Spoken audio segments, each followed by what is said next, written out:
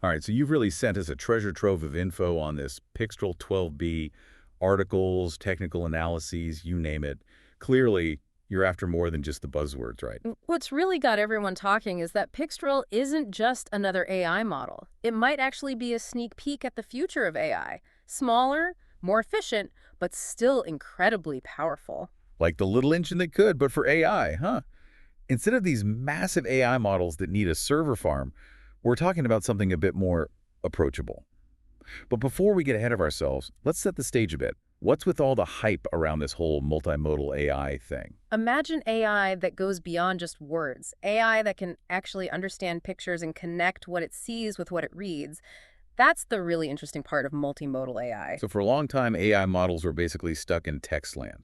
Great at language stuff, but when it came to images, They struggled.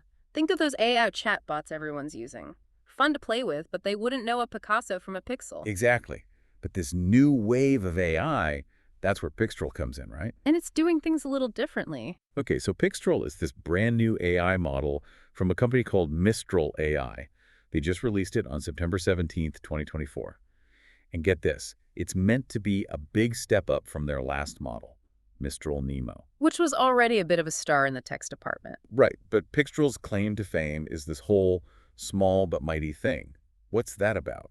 Most AI models that can do this whole multimodal reasoning thing, understanding the relationship between pictures and text, they're gigantic in terms of size and computing power. But Pixtral is incredibly efficient, relatively speaking, of course. To put things in perspective, we're talking about models like a Level 1 Vision, a whopping 72 billion parameters. It's like the heavyweight champ.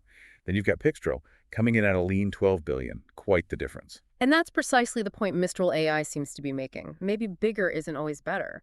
What if you can get even better results with a smaller, more streamlined model? It's like the difference between a full orchestra and a killer jazz quartet. Both can make amazing music. Okay, so we've talked about what it aims to do, but let's pop the hood and see what makes this thing tick. Pixtral uses a really interesting hybrid architecture. It has this brand new 400 million parameter vision encoder, which processes images, and a 12 billion parameter decoder based on their earlier Mistral Nemo model. So that handles the text side of things, right? Exactly. And here's where it gets even cooler. This new model can handle all sorts of image sizes and shapes. No more cramming a rectangular picture into a square hole for the AI to make sense of it. Think about all those images that aren't your typical Instagram post, documents, charts, diagrams. Pixtral takes it all in stride. It analyzes these complex visuals without needing to chop them up into little pieces, right? Precisely. And it's designed for both speed and detail. It can zip through those smaller images and still pick out the subtle details in the high-resolution ones. As if that wasn't impressive enough, it can actually handle multiple images at once. It's like showing someone a bunch of pictures and asking them to find the connections. It's amazing how far AI has come. But as they say, the proof is in the pudding. Or in this case, the examples. Ready to see what this thing can do? Let's see what this AI can really do. Okay, so first up, we've got this picture that's a bit of an optical illusion. It looks like someone's holding their thumb up in front of the Leaning Tower of Pisa, making it look tiny. The classic forced perspective trick. It's a fun way to play with scale, but it's also a really good way to test if an AI actually gets what it's seeing. Can it see past the illusion and understand the real size difference? Yeah, can it get the joke, so to speak? And according to this article, Pixtral aced it. They asked, is this person really big, or is this building just super small? And get this, Pixtral didn't just say, oh, that's the Leaning Tower of Pisa. It actually explained the illusion. It understood that the person's thumb isn't bigger. It's just the angle of the photo. That's not just object recognition, it's understanding context and even humor based on visuals. Pretty impressive, especially for a model this efficient. Okay, next up, let's look at this image-to-code generation. They gave Pixtral a hand-drawn sketch of a simple website, like boxes representing different elements, handwritten labels, the kind of thing you doodle on a napkin. And they asked it to turn that doodle into actual website code. Ambitious. Right. And guess what? Pixtral pulled it off. It generated clean HTML, even added some CSS for styling, and a bit of JavaScript for a drop-down menu. The website it created almost an exact match to that rough sketch. Wow. That's bridging the gap between human creativity and machine execution in a way we haven't really seen before. And remember, we're still talking about a model that's a fraction of the size of those massive specialized AIs. It really makes you think about the future of AI development. Imagine the possibilities. faster web design, smoother app development. It could be huge for bringing ideas to life more quickly and easily. Okay, last example, and this one's really interesting, especially for the data nerds out there. They showed Pixtral a line graph. It was showing the training loss of a few different AI models, one called Dark Dragon. Ugh, training loss. For anyone who's not familiar with the ins and outs of AI, it's basically a way to measure how well the AI is learning during its training. The lower the loss, the better it's doing. Exactly. So they show Pixtral this graph and ask, when did things start to go wrong for Dark Dragon? This is where it gets really cool. Pixtral didn't just describe the chart, it actually analyzed it. It pointed to the Dark Dragon line and pinpointed the exact spot where its training loss jumped up, showing that something was off. It's one thing to spot patterns in data, but to understand what those patterns mean, that's a whole other level. That's what's needed for real-world applications AI that helps us make informed decisions. So from what we've seen, it sounds like Pixtral is living up to the hype, but how does it actually compare to other AI models out there? Well, Mistral AI wasn't messing around. They really put Pixtral to the test, comparing it to both open source and those closed source models. They even used the exact same prompts and conditions to make it a fair comparison. How'd it do? So let's just say pretty darn well. Table 2 in that technical paper you sent over breaks it all down.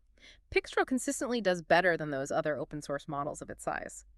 And get this, in some cases, it actually beats out those much bigger models on specific tasks. David and Goliath, AI edition. Right. And you got to respect their dedication to really thorough testing. They weren't just throwing out big numbers. They gave all the details, making their approach transparent and their claims about Pixtral's efficiency much more believable. Okay, so we've established that Pixtral is powerful, it's efficient, handles both pictures and text like a pro. But why should anyone care? The million-dollar question. What's really fascinating here is that Pixtral isn't just another AI model. It might actually be a sign of things to come. The fact that it's smaller and still so good, it challenges this idea that bigger is always better when it comes to AI. Right. It's like that saying, good things come in small packages, but for AI. Exactly. Think about it. What if we can actually achieve more with less? What if we can make these incredibly powerful AI tools accessible to everyone? Imagine the innovation that could be unlocked. Instead of only those with tons of resources, anyone could potentially make a big impact. Exactly. And then there's the whole impact on this whole multimodal AI field. The fact that Pixtral can combine images and text so well suggests we're getting closer to AI that understands the world more like we do. Instead of being confined to text, AI could understand our visual world too. That's when things get really exciting, I think. It's like we're going from those old black and white films to full-blown color HD, but in the world of AI. Before we get too carried away, though, there's one more thing we got to unpack. The paper mentions this thing called MMMT bench. What in the world is that? That's where things get really interesting. See, Mistral AI, they realized that a lot of those traditional tests for these multimodal AIs, they don't really show how well they'd actually perform in the real world. So they came up with MMMT bench, which stands for, get this, Multimodal Multi-Turn Benchmark. Catchy. Layman's terms, though. Basically, they designed a test that uses real-world scenarios with all sorts of image types, charts, tables, you name it. And here's the kicker. They use another AI as a judge to score Pixtral's performance. It's like AI judging AI. How meta is Yeah, that? it gets even better. They found that the scores from this AI judge actually matched up really well with how real people rated Pixtral on those other platforms. So they found a way to bridge that gap between all the technical stuff and what really matters, how well this AI actually works for us in the real world. Precisely. It's a big step towards making sure that AI development is focused on what's actually useful. Speaking of useful, I bet our listeners are wondering how they can try out this Pixtral thing themselves. And thankfully, you sent over an article that breaks down a few different ways to do just that. They really did think of everything. Now, If you just want to get your feet wet, there's LeChat. It's a simple interface, lets you chat with Pixtral, show it images. like taking it for a test drive.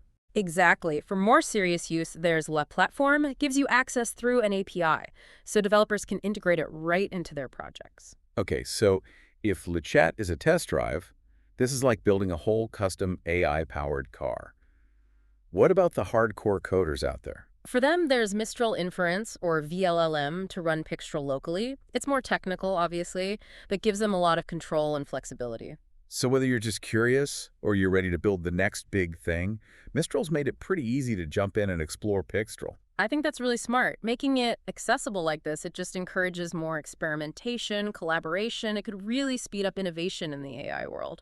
As we wrap up this deep dive, I think it's important to remember that Pixtral isn't just some flashy new AI toy. It really could be a turning point in how we think about and use artificial intelligence. It makes you wonder, are we about to see a whole new wave of these smaller, more elegant AI models taking center stage? It's an exciting idea, and it raises a ton of questions.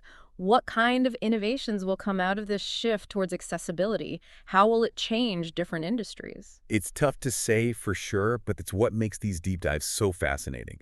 We get to explore these questions, unpack the hype, and maybe even glimpse the future of AI.